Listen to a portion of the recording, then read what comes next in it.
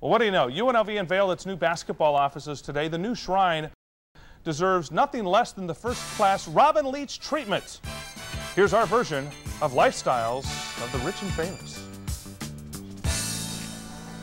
Hello, I'm Robin Leach, and this is every basketball coach's dream come true. A rare few are ever lucky enough to lay sight on such luxury, beveled glass with the Rebel inscription, encased in large, double-wide, luxurious oak doors.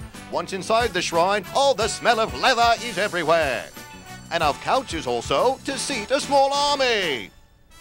A large bank of multiple television monitors that allows the coaching staff the ultimate in viewing pleasure.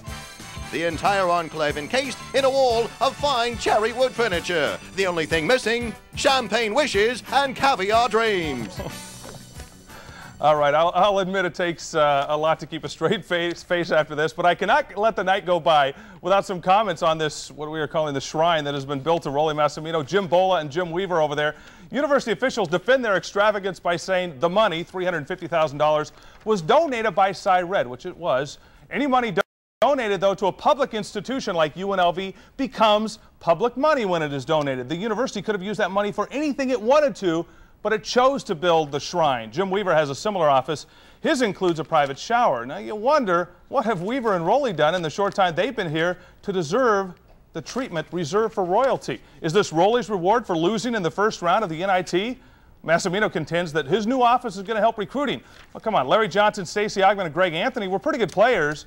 They had no problem with the old modest offices of the past. Besides, how many players do you know that choose a school based on the beautiful offices of its head coach? Now, UNLV Athletics is setting, really, when you think about it, they're setting a dangerous precedent here. With these new offices, should the public expect anything less than a national championship? Or 2 or 3? The old offices produced 1 championship and 3 Final Fours in 5 seasons. They have put the pressure on themselves with this one. Now, also, I want to know what happened to the great move of academics over athletics. How many professors at UNLV have an office that is one-tenth the expense of this office? I thought UNLV was pushing academics over athletics over there.